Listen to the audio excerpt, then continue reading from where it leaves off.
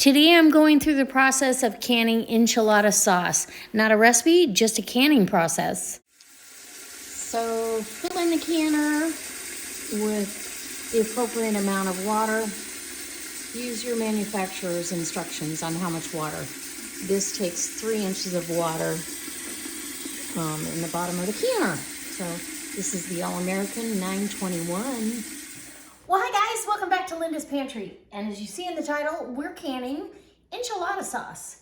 I made my sauce yesterday, and honestly, I wasn't going to video for you, but you know, 4 jars, I need to get that out there because this company's been so good to the community of home canners that I can't say enough about them. So I'm standing on a 4 jars mat, which I'll put a little clip of what that looks like. It's the most comfortable anti-fatigue mat you'll ever have in your kitchen. And it comes in 3 different colors. So there's a link down below to my 4 jars website. If you put Linda's Pantry, no apostrophe, all capital letters, it will give you a 10% coupon code, and that's the 10% coupon code, so you can get 10% off your order. And I recommend you have at least 2 years worth of lids available because you never know what might come down the road. So enchilada sauce has been something that I've been canning for a very long time. I will post a link to my video that has the full recipe in that video for you, but each time you make homemade enchilada sauce, it might be a little spicier, it might be a little mild, it might be a little more garlic. It all depends on, or a little bit more of the chicken flavor. So what I'm doing now is I'm getting ready to strain this off, and I know by the measurement of 4 quarts over here and another 4 cups here, I should have 10 pints, which means I had to get the big 921 All-American canner out. So she's ready to go. All I need to do is put a splash of vinegar, and really and truly a tablespoon is plenty for a canner load so your jars don't collect all the mineral deposits out of your water. Okay, come on in. Let's do some canning. It's easy, it's affordable. Enchilada sauce in the store is expensive. There's my beautiful 4 jars anti-fatigue mat. I'm telling you, it's the best mat to stand on in your kitchen or wherever you have to stand a lot. If you have an office or someplace you're actually standing a lot, I recommend it. It's the best one I've ever had. Thank you. I need one for in front of my sink though. So I guess I should order that. Yes, ma'am. Here we go. Okay, so I'm gonna run it through a sieve only because it does have a lot of skin sediment and seeds that I do not want in my final sauce. See how this was the bottom of the pan, so it's thicker than what's coming out of that 4 quarts. And you want to go ahead and get all of that in there. It's going to drain slowly, but let me get a spatula that I can help it along. Now I've got my jars in the sink in hot water. I'm going to put another boiling kettle of water over them to keep them nice and hot, and that tempers them for what you're doing. So this has to be pressure canned. This is low acid. Between the onions, the garlic, the peppers, none of it is high enough acid to water bath. So please don't use your best judgment, but go to a reputable resource. The National Center for Home Food Preservation, not your Amish grandma that used to water kettle everything. That is not what really happens, and that's really a marketing ploy that people are catching on to, and it's really not. It's very risky. So I encourage you to go to a reputable source for canning procedures whenever you're going to do any home canning. The guidelines have been set for a reason because, well, botulism is no joke. And I would never want anybody getting sick from anything that I've canned or anything that they're trying to replicate. So again, the recipe, you can look at my recipe, but actually I would go to an approved recipe. Maybe, I know Ball has one, but I don't care for it because it's got tomatoes in it. To me, enchilada sauce does not have tomatoes, so I've been using this method for years. So there you go. This will be pressure canned at 10 pounds of pressure here at my altitude for 50 minutes. 50 minutes. That's a long canning session, which is good. So you're getting all this out of there. And it's still giving me some moisture, so I'm not going to give up yet. The other pot doesn't have quite as much of this sediment. This was sitting at the bottom. That's why I let it sit overnight, because really everything kind of settles, and then you know how it's going to strain out too. All right, so I'm just going to take this and put it back. See, you're still getting a little bit of, I don't know if you can see, I'm still getting some moisture out of there. And we won't waste it. You can actually dry this into chili powder if you wanted. You could put that on a dehydrator tray and off you go to a nice spiced chili powder. Most chili powder has garlic and onions in it. Anyway, if you are looking at commercially produced chili powder, it has that. Okay, now let's get a ladle, because we're gonna need this. We're gonna need this bad boy later anyway, so we might as well ladle this in, right? And I've got a tea kettle that's got hot water. Okay. Busy kitchen.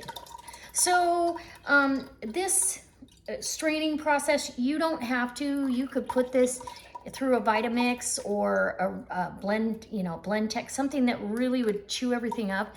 But I don't want any seeds in this mixture getting canned. And the reason for that is they can make your enchilada sauce on the bitter side. And we don't want anything bitter. We just want it full of flavor. And this is really, really good. I've already tasted it. It's delicious. It's gonna make the best enchilada sauce for homemade enchiladas. I actually love to have eggs in this over easy or baked in this. Oh my gosh, that's incredible. And I use it to dip my taquitos or homemade rolled tacos, if you want to call them that.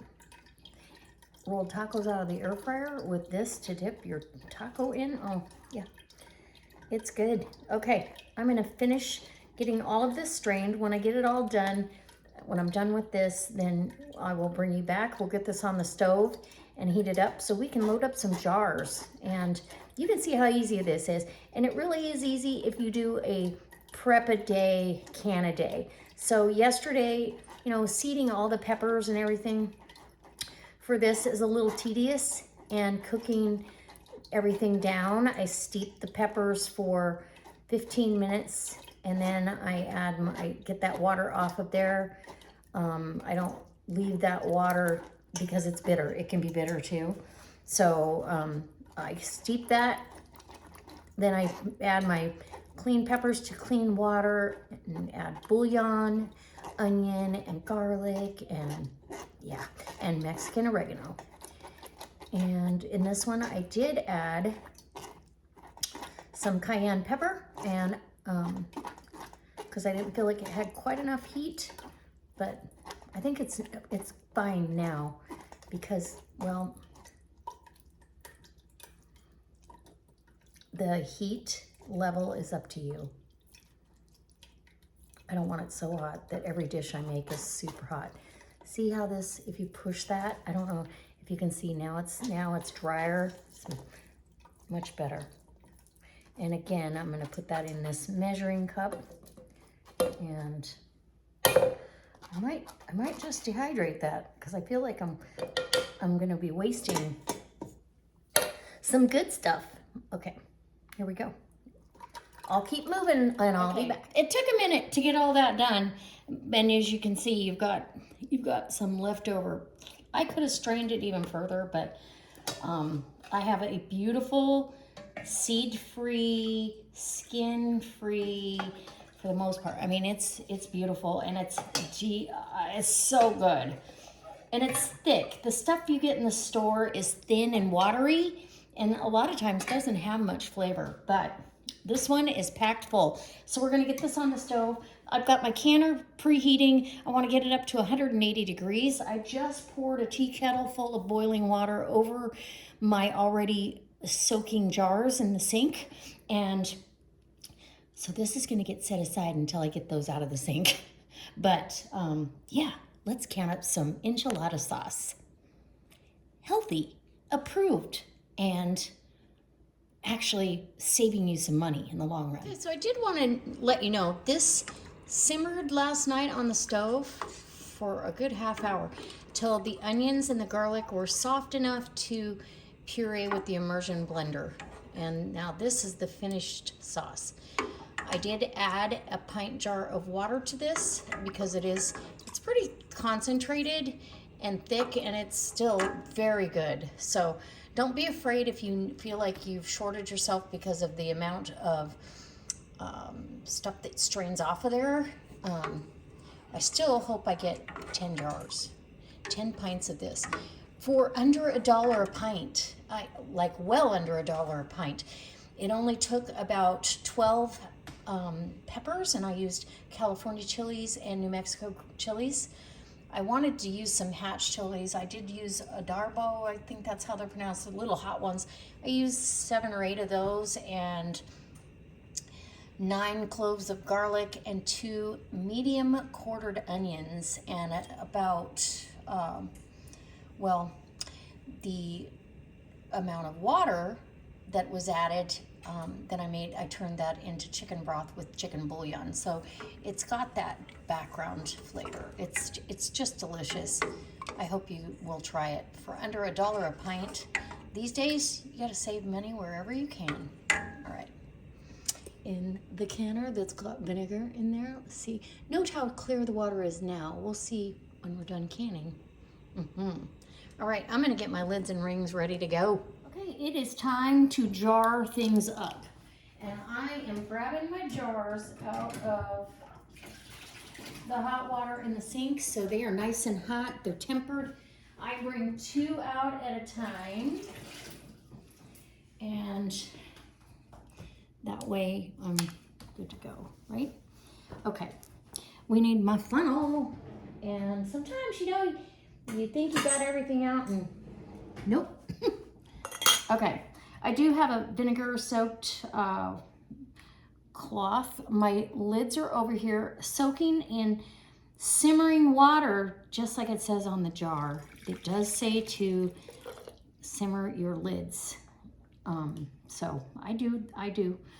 And then that water, that came out of the canner, so that water will go back in the canner. You don't need to debubble, but this does need to be 1 inch of headspace. Debubbling is for thicker product. And so I'm gonna go ahead and wipe the rim, make sure there's nothing on there. And one last visual that it's nice and debris free. Get my 4 jars lid on here. And I like to center it with the date right to the label front. These are old, this is an old jar, but these are also 4 jars rings, and I have run them through the canner several times now. These jars are hot, it's going into a hot canner. I've run them through the canner several times, and they're holding up amazing. Thank you, 4 jars, for making such a wonderful, wonderful product. All right, in the canner it goes, and I'll grab another jar, and yeah, okay. Grab another jar, keep the hottest one, or yeah, you know what I mean. Okay. And like I said, this is gonna can for 50 minutes, but that's after I've let the canner vent for 10 minutes, and I will show you that. So we're just filling jars right now to 1 inch of headspace. So this is a little bit more than you're gonna get in a regular jar of, or can of enchilada sauce. I wanna say those The small cans are, I think they're 12 ounces. I don't believe they're even 16 ounces, but they're over $1, and yeah. And the bigger ones, like closer to $3, the 28 ounce. So get your lid, your ring on finger tight. There we go. Just finger tight. Nothing, this lid has to be able to let air when it gets pushed up, because the product's going to expand when it gets hot. It's going to expand up and needs to push air out. That's the process, and you've got to leave room for that. So that's a Headspace rule, not mine. Okay, I'm going to fill up the rest of the jars. Okay, so I've got the canner started. There's 8 jars on the bottom and 2 on top. So 10 pints, and I had about a half a cup left over, and I poured it into an open jar that I have in the refrigerator. So, and that was from 2021. Delicious, still delicious. So don't hesitate to keep that stuff on your shelf for a year or two. But definitely within a year to 18 months, it's at its top quality peak of deliciousness. As long as it's canned properly, it's on your shelf indefinitely. Now, does the quality of the food degrade? The nutritional value might degrade, but it literally, unless something looks off or isn't appealing anymore, I'm never going to waste it. I rotate through. I try to rotate through every 3 years. So that will answer the question, because I'm sure you'll say, how long can you leave this on your shelf? Well, like I said, I just opened a jar that was from January of 2021, and it got tucked away at a friend's house, and he didn't use it. So I said, nope, I'm using it. We're making enchiladas, and I'll take the rest home. So this here is all locked down. You lock those lug screws opposites of each other. You get them just on there, and then you go through and tighten them. And that's to level off the lid. This is a metal to metal seal. I'll leave a link to the All-American canner down below. It's the Cadillac of canners. It will last you a lifetime, and you'll be able to pass it on to your children if your children decide they want to be home canners. Okay, it's getting ready to vent, and I want it to vent away from my cabinets and my microwave, because the heat does transfer. So you can move it a little bit. It's going to vent a steady stream of steam. That needs to happen for 10 minutes. That's part of this canning process. Don't skip the step. It's replacing the air in the canner with steam. And all the temperature in between the jars is going to be the same.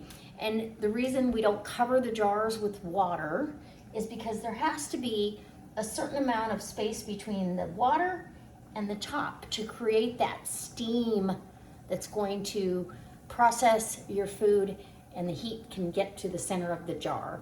That will kill all the bacteria, including botulism spores. Yeah, we don't want any of that.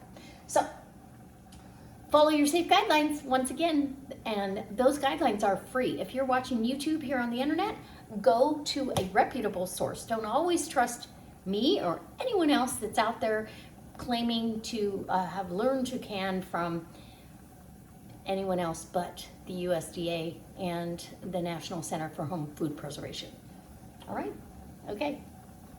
Enchilada sauce on its way. 50 minutes once it's vented. It's starting to vent. I've got some steam coming up, but I really want a good tower of steam. I don't know. Yeah, you can see this on camera. It's hit and miss right now. When that's steady, I'll hit my timer. I'll tell you know who to set a timer for me.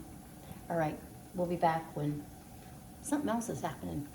So once your timer for the 10 minutes is done, I start off at medium. I don't need it to be on high to get it up to venting, but then I adjust it. After it's started, it's hula dance. It's usually going at it pretty good. And each canner is going to be a little different. My smaller canner I can get a real gentle out of it. This one it's gonna go, you want it to at least release that steam. That's what causes it to jiggle every, 2 or 3 times a minute. And as long as your dial gauge is correct and it's on 11 pounds, then you adjust it until you find that sweet spot. And on my stove for this canner, it's between a 2 and a 1. Next thing after a 1 is low. So it should hit that spot right about now. And release the steam. We're still at 11 pounds. Should be okay. Here it comes. I mean, it's rocking a little bit, and there's steam coming out from underneath it, but that 10-pound weight is holding it down. That's what it's designed for. And yeah, this one's a little trickier to regulate, but nevertheless, there it is, see?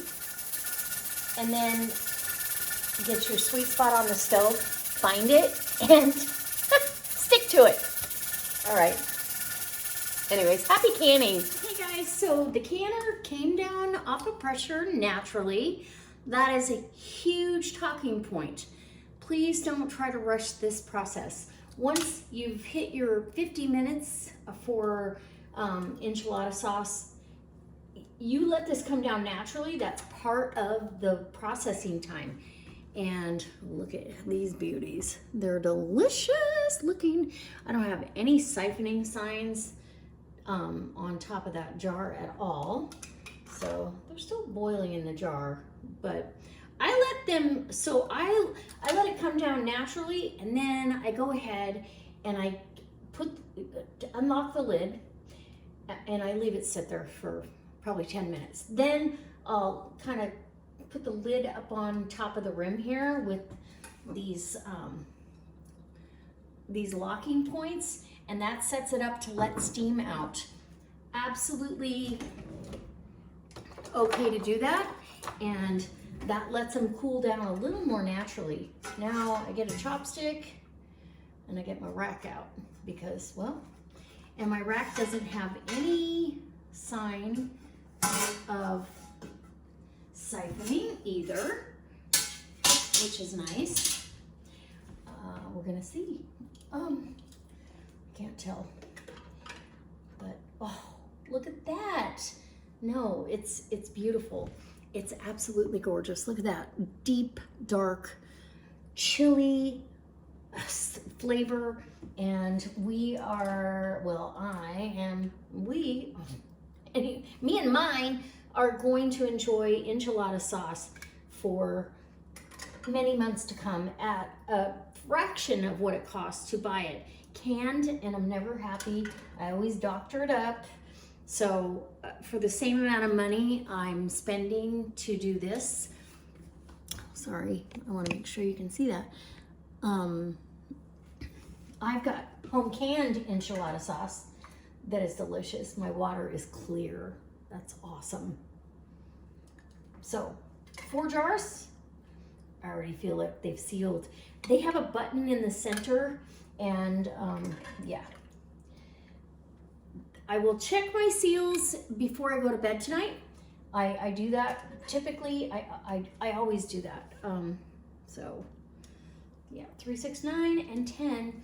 So I always check my seals. Yeah, these are still boiling in the jar. I don't know if you can see that, but they are. Can you see that? Yeah.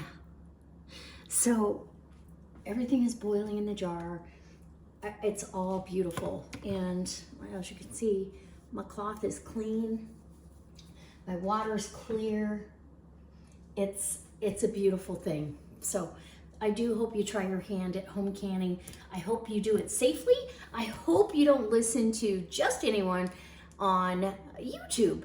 We're out there to help you learn things, but please go to a reputable source. Have a written source, whether it be on your computer, your laptop, your iPad, your phone, or in paperback or hard copy. You wanna know that this is a trusted resource and that you can can safely. So it's super important for your family and for anybody else that might be consuming it. Because sometimes, well, if you made enchiladas for friends, you want to know it's safe. All right, guys, I can't wait to see you next time. I hope it inspires you to can, and I hope it inspires you to go over to 4Jars Lids and grab their lids, because these jars have already sealed. So I'm excited about that. I've had such a good success rate with them, and I am, oh, and my fatigue mat, let me show you that in the next clip. So guys, I do hope that you come back next time. Leave me a comment in the comment section if you've ever canned enchilada sauce. And the guidelines I'm going by are with the ball canning book, and I just don't like tomatoes in it. I feel like authentic enchilada sauce is exactly that. It's chilies. So there you go. All right. I'll see you next time for another delicious recipe, quite lightly to be using enchilada sauce. And go check out that fatigue mat. It's amazing. Bye. I hope you enjoyed the video. I hope you'll leave me a comment and hit the thumbs up and share it on your social media.